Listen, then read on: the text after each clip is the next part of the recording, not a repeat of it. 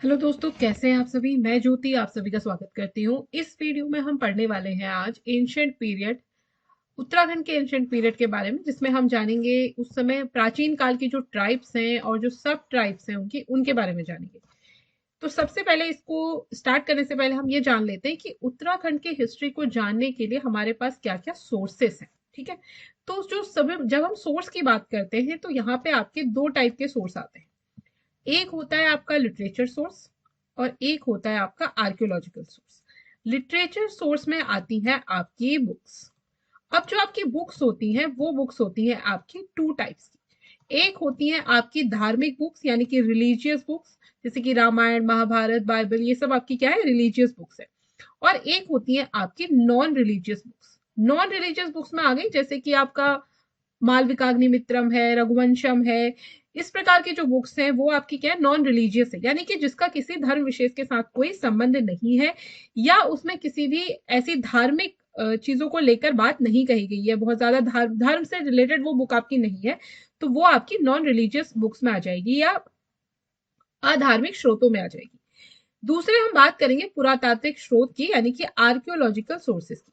तो archaeological sources में वो बुक्स आती हैं आपकी जो आप सॉरी आर्कियोलॉजी आर्कियोलॉजिकल सोर्सेस में आपके वो सोर्स आते हैं जैसे कि मान लो हमें कोई कॉइन्स मिल गए, कोई हमें कंकाल मिला, ठीक है, या हमें कोई मंदिर मंदिर है, या आपकी उस समय की मूर्तियां प्राप्त हो गई हमें, ठीक है, या उस समय के कोई बर्तन वगैरह मिल गए, या कोई लेख उस समय का लिखा हुआ मिल गया।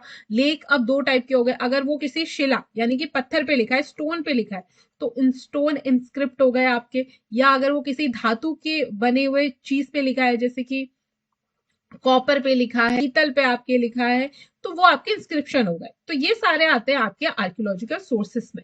अब उत्तराखंड को जानने के लिए हमें जो सोर्सेस मिलते हैं वो जो बहुत पुराना वाला इतिहास है ना, उस इतिहास को बताने के लिए हमारे पास उतने ज्यादा सोर्सेस अवेलेबल नहीं है। बहुत ज्यादा क्लियर कट किसी में एक सिस्टमैटिक ढंग से कोई इतिहास उत्तराखंड का आपको किसी एक बुक में मिल जाएगा, ऐसा नहीं है। लेकिन फिर भी उत्तराखंड का जो एरिया है, इस एरिया के बारे में बात अलग अलग बुक्स में, अलग अलग जो इंस्क्रिप्शन है, कुछ इंस्क्रिप्शन आपके उत्तराखंड में पाए गए, कुछ इंस्क्रिप्शन आपके बाहर हमें उत्तराखंड से बाहर हमें देखने को मिले, तो उनमें हमें बहुत सारी जानकारियां हमें मिलती हैं जिनको जोड़कर ही हमने क्या करा है, उत्तराखंड की हिस्ट्री एक सिस्टमैटिक ढंग से फॉर्म करी है। ठीक है, जो भी आपको उत्तराखंड की हिस्ट्री से रिलेटेड बुक्स मिलती है उसमें यही प्रयास किया गया है कि आपको क्या हो, आपको जो हिस्ट्री है वो एक सिस्टमैटिक ढंग से आपको मिल जाए कि एंशंट में क्या था, फिर मिडाइवल में क्या चला, मॉडर्न में क्या चला, तो ऐसे करके। तो अगर हम लिटरेचर सोर्स की बात करें तो जो भी आपके हिंदू धर्म है, बौद्ध धर्म है, जैन धर्म है, सभी जो भी धर्म ग्रंथ है उनसे रिलेटेड जो भी बुक्स है उनमें इतिहास, उसमें उत्तराखंड के इतिहास के बारे में आपको काफी सारी जानकारियां देखने को मिलती हैं। इसमें जो आपका महाभारत और स्कंद पुराण है, ये उत्तराखंड के बारे में बहुत कुछ कहते हैं। इसके साथ साथ ही जैसे कि ऋग्वेद हो गया आपका, अथर्ववेद हो गया, शतपथ ब्राह्मण हो गया, ऐतरेय ब्राह्मण है आपका, छांदोग्य है, शिव पद्म है, मत्स्य विष्णु पुराण है, बृहद पुराण है, महापुराण है, या अगर हम बात करें बौद्ध ग्रंथों की जैसे कि दिव्यादान, जातक, महावंश, इन सभी ग्रंथों से भी हमें कुछ कुछ जानकारियां मिलती है उत्तराखंड के बारे में। ठीक है, अब इसके अलावा हम बात करें कि उन बुक्स की जो आपके रिलीजियस बुक्स नहीं है, नॉन रिलीजियस बुक्स है, तो उसमें आती है आपकी पाणिनि की अष्टाध्यायी, कालिदास ने लिखी आपकी रघुवंशम, मेघदूत, कुमार संभव, इसमें वो उत्तराखंड के बारे में वर्णन करते हैं। बाण भट्ट की हर्षचरित में उत्तराखंड का वर्णन आता है। राजशेखर की काव्य मीमांसा है, और इसी प्रकार से कुछ आपके मुस्लिम टेक्स्ट हैं जैसे कि जहांगीर नामा, शाहजहां नामा, तारीख है बदायूनी, मासिर उल उर्मा उमरा, इन सभी में हमें क्या देखने को मिलता है, इन सभी में हमें उत्तराखंड के बारे में जानकारी मिलती है। इसके साथ साथ उत्तराखंड में जो राजवंश हुए जैसे कि आपका पवार राजवंश हुआ, तो पवार राजवंश में भी कई सारे विद्वान रहा करते थे। उन विद्वानों द्वारा लिखी एक बुक है आपकी मानदेय काव्य, उसमें भी उत्तराखंड के बारे में दिया गया है। एक है आपकी गणराज वंश काव्य, उसमें भी उत्तराखंड के बारे में आपको काफी कुछ देखने को मिलेगा। इसी प्रकार से एक और बुक है आपकी रामायण प्रदीप। इन सभी बुक्स में हमें उत्तराखंड के बारे में, हमें उत्तराखंड के इतिहास के बारे में हमें इन बुक से जानकारी मिलती है। अब अगर आर्कियोलॉजिकल सोर्स की बात करें तो उत्तराखंड के कई स्थानों से हमें ऐसी गुफाएं मिली हैं जिन पर क्या करा है, जिन पर लाल रंग से या गेहुए रंग से चित्रकारी करी गई है। गेहुआ रंग का मतलब है मेरा हल्का ब्राउनिश टाइप का जो कलर होता है वो, उससे क्या किया, चित्रकारी करिए। तो कुछ इस प्रकार के स्ट्रक्चर आपको देखने को मिलेंगे। तो इसमें कई आपको ऐसे ग्रुप्स में लोग डांस करते हुए ऐसे नजर आएंगे। कुछ ऐसे पशु पक्षियों की कुछ आपको आकृतियां देखने को मिलेंगी। तो कई सारे समाधियां मिलेंगी, शवाधान है, ये गुफा चित्र में आ गया आपका, ये केव पेंटिंग्स है। तो इन सभी चीजों से हमें क्या पता चलता है, उत्तराखंड के बारे में पता चलता है। और इसके साथ साथ ही हमें कई सारे कॉइन्स मिले हैं। तो जो हमें कॉइन्स मिले हैं वो मुख्य रूप से आपके, जो हमें कॉइन्स मिले वो मुख्य रूप से कुलिंद और योद्धे वंश से रिलेटेड है। ठीक है, उत्तराखंड में जो आपकी कुलिंद वंश, कुलिंद डायनेस्टी और जो योद्धे डायनेस्टी हुई, उनसे रिलेटेड हमें कॉइन्स मिले हैं। तो ये कॉइन्स भी क्या करते हैं, उस समय के शासन के बारे में बताते हैं कि कौन शासक रहा होगा। कॉइन्स को देख के हम बता सकते हैं कि कैसा उस समय शासन रहा होगा। अब ये जो कॉइन्स हमें मिले हैं वो मुख्य रूप से या तो आपके सिल्वर में है, या आपके कॉपर में है, या किसी और मेटल के बने हुए हैं। ठीक है, अब उत्तराखंड में हमें जो भी इंस्क्रिप्शन मिले हैं वो उसकी जो लैंग्वेज है वो या तो संस्कृत है, या पाली है, या आपकी ब्राह्मी लिपि में। ठीक है, अब ये जो इंस्क्रिप्शन है वो हमें मेन रूप से आपके अल्मोड़ा हो गया, बागेश्वर, चंपावत, उत्तरकाशी, केदारनाथ, गोपेश्वर, द्रोणगिरी, माणा, देवप्रयाग, अम्बरी गांव, पलेठा, इन सभी जगहों से हमें प्राप्त हुए। ठीक है, अब देखो उत्तराखंड के बाहर से जो हमें इंस्क्रिप्शन मिले हैं जिनमें उत्तराखंड के बारे में बातें कही गई है या उत्तराखंड का वर्णन किया गया है किसी भी चीज को लेकर, तो वो आपके कुछ ये अभिलेख है। जैसे कि हो गया आपका बरहुत एवं मथुरा अभिलेख, उसके बाद समुद्रगुप्त का प्रयाग प्रशस्ति अभिलेख, यशोवर्मन का खजुराहो अभिलेख, धर्मपाल का खालिमपुर शासन पत्र, देवपाल का मुंगेर शासन पत्र, और नारायण पाल का आपका भागलपुर शासन पत्र। तो इन सभी में उत्तराखंड के बारे में कुछ कुछ दिया गया है, जिनको हम सब जोड़कर क्या करते हैं, उत्तराखंड का एक इतिहास बनाते हैं। अब देखो इस वीडियो में हम बात करने वाले हैं उत्तराखंड की जनजातियों के बारे में, क्योंकि आपके सिलेबस में यही दिया गया है और यही आपके लिए इंपॉर्टेंट भी है। तो उत्तराखंड की जो एंशिएंट ट्राइब्स थी उनमें आपकी 4 ट्राइब है। एक है आपकी कोल, किरात, खश और भोटांतिक या शोका प्रजाति। ठीक है, तो सबसे पहले बात कर लेते हैं कोलों की। तो कोल जो है उन्हें उत्तराखंड की सबसे ओल्डेस्ट स्पीशीज माना जाता है। ठीक है, अभी जो आपकी करंट में जो उत्तराखंड की संस्कृति है उन पर भी आप कोलों का प्रभाव देख सकते हैं। अब जो प्राचीन आपके लिटरेचर है उनमें कोलों को मुंड या शबर नाम से संबोधित किया गया, यानी उनको शबर या मुंड भी कहा है। तो ये इनके 2 और नाम हो गए, अब इनको ध्यान रखिएगा। ठीक है, कि किसे शबर और मुंड नाम से संबोधित किया गया या किसके नाम है, तो ध्यान रखना किसके नाम है, आपके कोलों को ही शबर और मुंड नाम से कहा गया। अब कोल जो दिखने में होते हैं, कोल होते हैं दिखने में, इनका कद यानी इनकी जो हाइट है वो छोटी होती है, थोड़े डार्क कॉम्प्लेक्शन के होते हैं, इनकी नाक हल्की चपटी होती है, होठ थोड़े मोटे होते हैं, और केश क्या होते हैं, इनकी जो बाल है थोड़े कर्ली हेयर्स होते हैं। ठीक है, तो ये कोलों की आपकी फिजिकल अपीयरेंस होती है। फिर कोलों में जो इनका सामाजिक जीवन है, उनका सामाजिक जीवन थोड़ा सरल ही है ज्यादा। कोलों के सामाजिक जीवन में एक बड़ी प्रमुख प्रथा है जिसका नाम है कुमार कुमारी गृह प्रथा। ठीक है, उसके बाद कोल क्या करते हैं, अगर कोलों में अगर किसी की डेथ हो जाए तो उसकी डेथ होने के बाद, जैसे सिंधु घाटी सभ्यता में, वो सिंधु घाटी सभ्यता के लोग क्या करते थे कि अगर किसी की डेथ हो जाती तो वो मृत के शरीर को अलग अलग तरीके से उसको अंतिम संस्कार करते थे। ठीक है, मृतकों का क्या करते थे, अंतिम संस्कार करते थे। उनमें से एक टाइप का कोल भी क्या करते फॉलो करते थे। तो कोल क्या करते थे, अगर किसी की डेथ हो गई तो उसको ऐसी डेड बॉडी को ऐसे ही खुले में फेंक देंगे। उसके बाद क्या होगा, कुछ टाइम बाद उसकी जो हड्डियां होंगी उसे एक मिट्टी के बर्तन में एकत्र करेंगे, इकट्ठा करेंगे और फिर उसको दफना देंगे।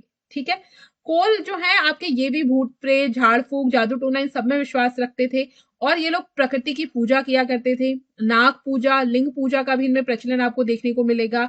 और इनमें जागर, जो उत्तराखंड में अभी भी जागर लगाए जाते हैं, जागर हो गया, पशु बलि भी कई जगह दी जाती है, बकरी की, भैंसे की बलि दी जाती है। तो ये बलि आपको इन जनजातियों में भी देखने को मिल जाएगी। अगली जो जनजाति है वो है आपकी किरात जनजाति। किरात जनजाति के बारे में आपको कई सारे अभिलेखों से मिलेगा, और कई सारे जो विदेशी लेखक हैं वो भी इस जनजाति का वर्णन करते हैं। किरातों को कई अन्य नामों से भी जाना जाता है, जैसे कि कीर, किन्नर, कीर पुरुष या भिल्ल। ये जो भिल्ल नाम हमें मिलता है ये हमें स्कंद पुराण के केदार खंड में किरातों को भिल्ल नाम से संबोधित किया गया। ठीक है, यानी उनके लिए भिल्ल नाम का प्रयोग किया गया है। किरातों ने क्या किया, किरातों ने कोलों को उनके निवास, जहां जहां कोल रहा करते थे वहां वहां किरात आए, किरातों ने कोलों को उनके जगह से भगा दिया। और फिर उसके बाद जो ये कोल हैं वो कहाँ चले गए, हाँ कोलों को उनकी जगह से भगा दिया। लेकिन फिर क्या हुआ, फिर क्या हुआ, जब खश आए तो खशों ने क्या किया, खशों ने किरातों को भी उनके स्थानों से भगा दिया। और किरात फिर कहाँ जाके बस गए, आपके जो दुर्गम दुर्गम आपका जो पिथौरागढ़ मुंशारी वाला एरिया है ना, दुर्गम आपके पहाड़ी इलाके, वहां पे जाके ये लोग बस गए। अभी अगर करंट सिनेरियो की बात करें तो करंट टाइम में ये लोग आपके मुंशारी, कपकोट, टनकपुर, अस्कोट, द्वाराहाट और कई सारे तराई भाबर के जो एरियाज है वहां ये लोग रहते हैं। ठीक है, ये लोग रहते हैं मतलब इनके किरातों के जो वंशज हैं वो रहते हैं। ठीक, अब इनका संबंध, जो किरात है इनका संबंध मंगोल प्रजाति से माना जाता है। मंगोल प्रजाति की तरह ये दिखने में होते हैं, इनका कद छोटा होता है, शरीर हष्टपुष्ट होता है, नाक इनकी क्या होती है, हल्की सी चपटी सी होती है, और माथा भी थोड़ा चपटा होता है। दूसरी बात, ये इनकी जो दाढ़ी मूछ है वो बहुत कम आती है या होती ही नहीं है। इन्होंने मुख्य कार्य, इनका जो प्रमुख कार्य था वो था पशुपालन, ये पशु पाला करते थे। और इनमें संयुक्त परिवार व्यवस्था आपको देखने को मिलेगी। ये लोग भोजन में मांस, मदिरा, शहद और सत्तू खाया करते हैं। और बहुदेववाद के समर्थक है, यानी कि पॉलिथिज्म को फॉलो करते हैं। पॉलिथिज्म का मतलब होता है कि एक से ज्यादा इनके उसमें देवता हुआ करते थे। और इनके जो आराध्य देव है वो है आपके शिव। ये भी कोल प्रजाति की तरह ही भूत प्रेत, जादू टोने, इन सब में विश्वास करते हैं। ठीक है, अगली जो आपकी जनजाति है वो है आपकी खस जाति। ठीक है, खस जो जाति है आपकी, ये आपकी आई, खस जातियों का वर्णन आपके महाभारत, मनुस्मृति, बृहद संहिता, काव्य मीमांसा और आपके अगर विदेशी लेखों की बात करें जैसे कि टॉलमी, पिलनी, अरबरूनी जो है, इन लोगों ने इसका क्या करा है, वर्णन करा है। तो गुप्त काल से लेकर 12वीं सदी तक उत्तराखंड और जो पश्चिमी नेपाल का जो हिस्सा है उसको बाकी जो भारत के बाकी लोग जो थे वो खस देश के रूप में जानते थे। यानी उस समय उत्तराखंड का क्या नाम था, किस रूप में जानते थे, वो उत्तराखंड के रूप में नहीं जानते थे, क्या जानते थे कि यहाँ पे क्या है, खस देश है, यहाँ पे खस लोग रहते हैं। ठीक है, और यशोवर्मन का जो खजुराहो का जो लेख है और सहनपाल का जो बौद्ध गया में जो लेख है उसमें भी खसों का उल्लेख किया गया है। अब अगर हम इनके व्यवसाय की बात करें तो इनका जो मेन व्यवसाय था, यानी मेन इनका ऑक्यूपेशन था, वो था कृषि करना और पशुओं को पालना। ठीक है, इसके अलावा ये लोग खनिज, जड़ी बूटी, चमड़ा, खाल और शहद के द्वारा भी क्या करते थे, अपना जीवन यापन करते थे, यानी इनको भी बेचकर ये लोग पैसे कमाते थे। और इनका जो सामाजिक जीवन है वो काफी सरल हुआ करता है, इनमें किसी भी प्रकार का कोई जाति भेद नहीं होता है, कोई जाति, ऊंची जाति, नीची जाति इस जनजाति में नहीं होती है। कोल और किरातों से इनके संबंध अच्छे रहे हैं। और 1885 में ब्रिटिशर्स ने क्या किया, जो खश थे उन्हें शूद्र वर्ग में शामिल कर दिया, शूद्र यानी कि निम्न वर्ग में शामिल कर दिया। तो अभी उत्तराखंड में जो भी लोग रहते हैं वो अगर इस डायनेस्टी से रिलेट करते भी हैं तो भी वो खुद को खश या खशिया कहलाना बिल्कुल पसंद नहीं करते। क्योंकि क्या हुआ, अंग्रेजों के टाइम पे इनको किसमें शामिल कर दिया गया था, निम्न जाति में शामिल कर दिया गया था। तो कोई भी ये नहीं चाहेगा कि उसे कोई निम्न जाति का बोले। ठीक है, अब इनके उसमें कुछ आपकी सामाजिक प्रथाएं हैं। तो इनकी सामाजिक प्रथाओं के बारे में बात करें तो इनकी एक प्रथा है घर जमाई की प्रथा। तो घर जमाई तो सिंपल सा आपको समझ में आ रहा है कि इसमें शादी के बाद जो लड़का है वो कहाँ रहेगा, लड़की के घर रहेगा घर जवाई बन के। तो ये घर जवाई की प्रथा हो गई।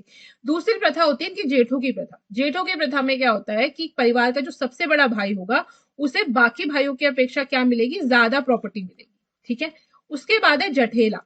जठेला ना उस बेटे को कहते थे, मान लो अगर कोई स्त्री क्या करे, किसी औरत का विवाह हुआ, उसका बेटा हुआ, फिर वो अपने पति को छोड़कर या किसी भी कारण से मतलब डेथ हो गई, कुछ भी हो गया, तो उसने दूसरा विवाह कर लिया।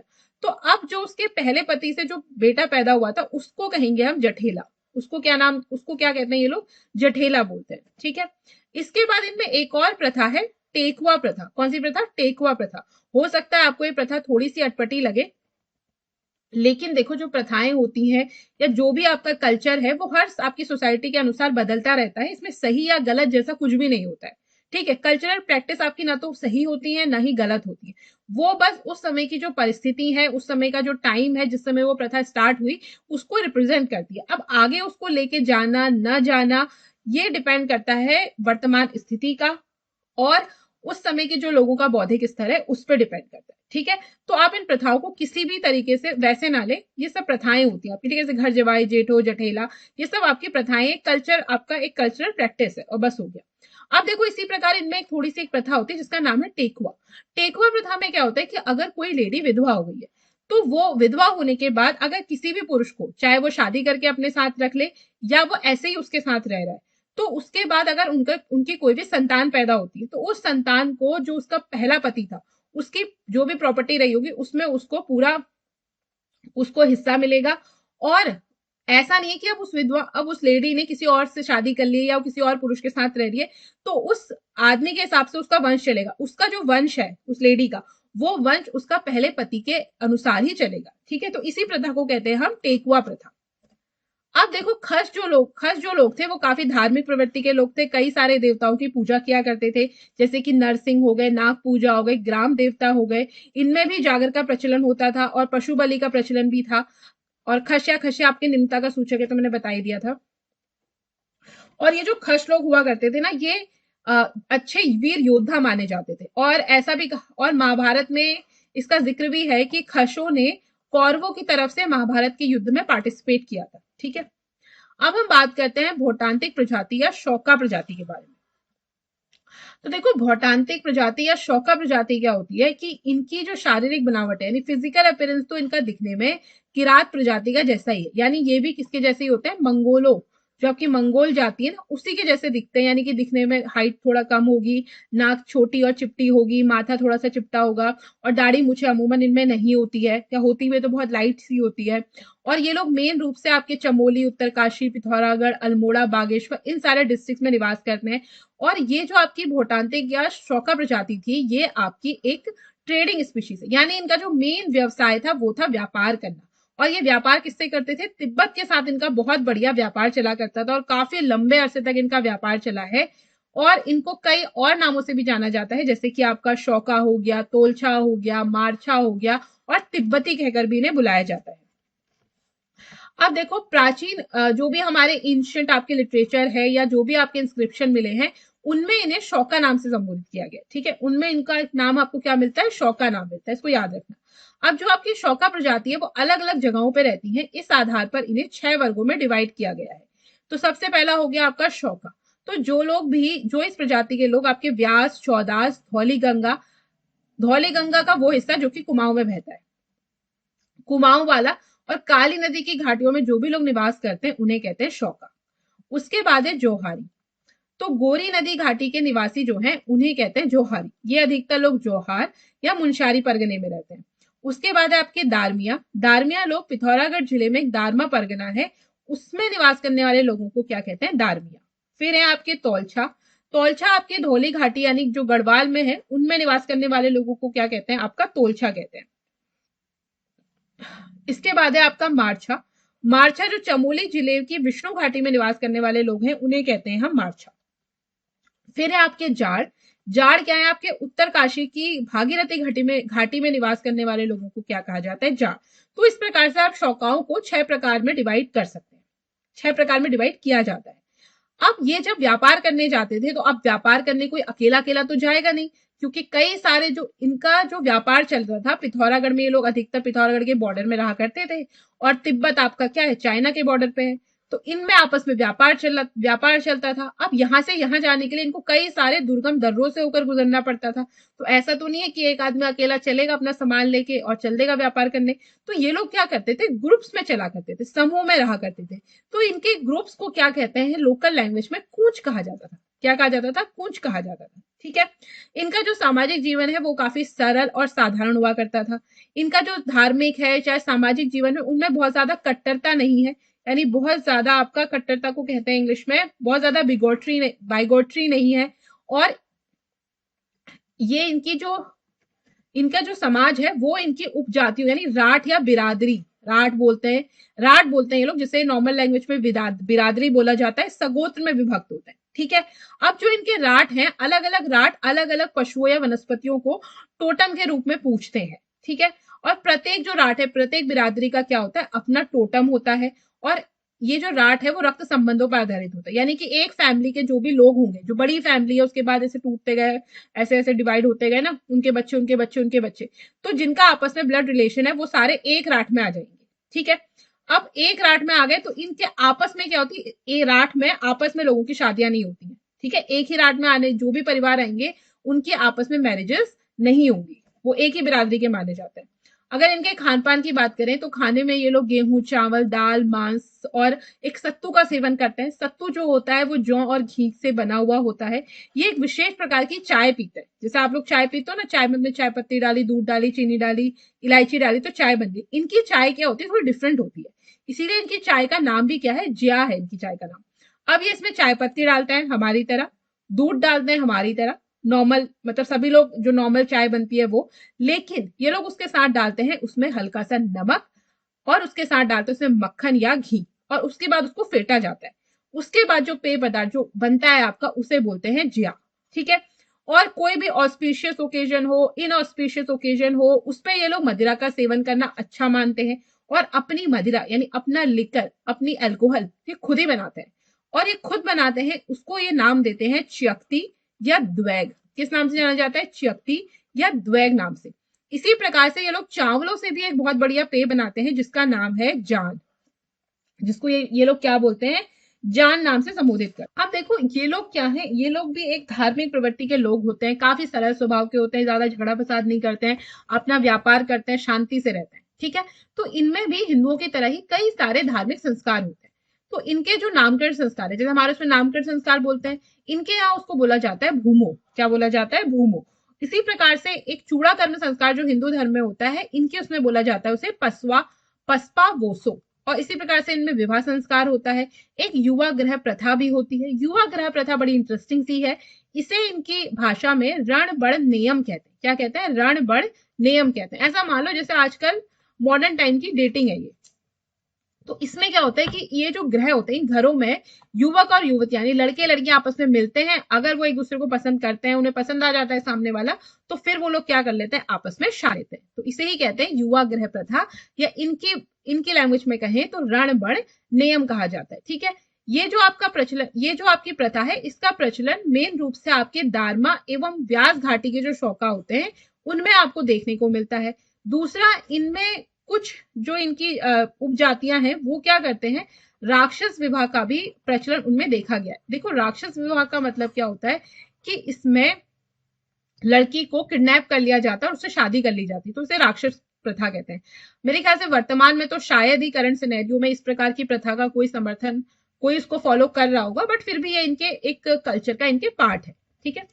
अगला है आपका भोटांतिक व्यापार।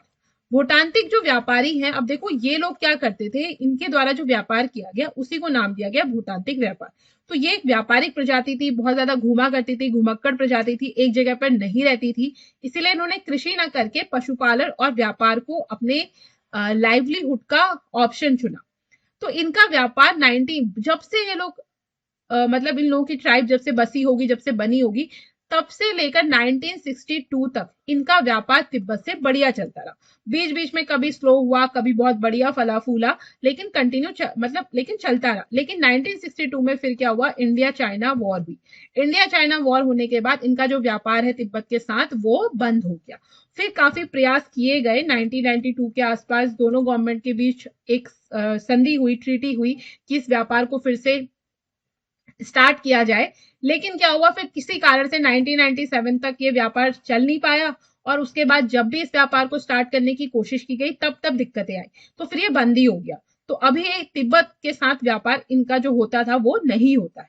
अब जिस समय इनका व्यापार हुआ करता था वो बड़ा ही इनके लिए गोल्डन टाइम हुआ करते थे, क्योंकि बहुत अच्छा ये वहां से पैसा कमाते थे और इनकी जीविका का वो एक साधन था बहुत अच्छा। तो ये तिब्बत को गेहूं, चावल, जौ, मडुआ, झिंगोरा, तांबा, लोहा, पीतल की बनी वस्तुएं, चीनी, तंबाकू ये सब निर्यात करते थे, और बदले में उनसे नमक, सोडा, सुहागा, कच्चा ऊन, चवर, टट्टू, भेड़, बकरी ये सब क्या करते थे, आयात करते थे। अब देखो महाभारत और कुलिंद काल में क्या हुआ, ये जो व्यापार था वो बहुत फला फूला। लेकिन जब कत्यूरी शासन आया, तो कत्यूरी शासन खुद भी बहुत हिला डुला था, हम इसको पढ़ेंगे आगे चल के। तो कत्यूरी शासन कभी सुदृढ़ तरीके से उत्तराखंड में शासन नहीं कर पाया। तो अब राजा का शासन ढंग से नहीं चल रहा है, तो इसका इफेक्ट क्या पड़ा, इनके तिब्बत व्यापार पे भी इफेक्ट पड़ा। फिर लेकिन क्या हुआ, जब चंद काल आया, जब चंद राजाओं का समय आया, तो उस समय इनका तिब्बत के साथ व्यापार बहुत फला फूला। खास तौर पे बाज बहादुर चंद के टाइम पे बाज बहादुर चंद ने इनके व्यापार को अब बहुत अच्छे से चले, उसके लिए सारे प्रयास करें। जो भी मार्ग में डाकू वगैरह होते थे उनका दमन किया गया, उनको नष्ट किया गया, हटाया गया, जिससे व्यापारियों को क्या हो, किसी भी प्रकार की कोई समस्या का सामना ना करना पड़े। उसके बाद जब उत्तराखंड में गोरखा शासन आया आपका 1790 से 1813 के बीच में, तो उस समय भी इनका जो व्यापार है उसमें थोड़ा संकट के बादल आ गए, इनको बहुत दिक्कतें हुई व्यापार करने में। लेकिन जैसे ही अंग्रेजों का शासन काल आया, तो अंग्रेजों के शासन काल के समय तो इनका व्यापार बहुत ज्यादा फला फूला, गोल्डन टाइम था इनका, बहुत व्यापार इन्होंने किया, बहुत बढ़िया तरीके से इनका व्यापार हुआ अंग्रेजों के समय में। तो अंग्रेजों के समय से लेकर 1962 तक इनका जो व्यापार है वो बहुत बढ़िया चला। 1962 में क्या हुआ, फिर इनका व्यापार हमेशा हमेशा के लिए बंद हो गया। अब तो जो इनका अब इन्होंने क्या किया, अब इनका व्यापार तो होता नहीं है चीन तिब्बत के साथ, लेकिन उस समय की जो यादें हैं, जो मेमोरीज हैं, उनको इन्होंने अपनी लोक गाथाओं में, अपनी जो ये लोकगीत हैं उनमें क्या किया है, उनमें इनको समेट लिया है। तो आशा करती हूँ आपको ये लेक्चर अच्छा लगा होगा। अगर आपकी कोई भी क्वेरीज हैं तो आप मुझसे पूछ सकते हैं। Thanks for watching and keep learning.